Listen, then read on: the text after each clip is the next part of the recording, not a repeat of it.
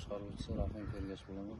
Bizga mana shu 2025-yilda bir kontor bir mahsulot tamoyil asosida ekilish ko'rsatilgan 10 gektar maydonimizda mana piyoz mahsulotini ekamiz.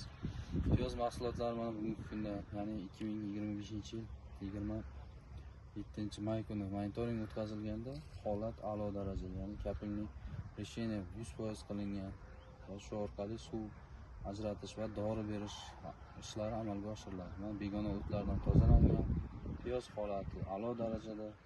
Nasib bo'lsa o'zimiz kutgan mahsulotni olamiz va daromadga ega bo'lamiz.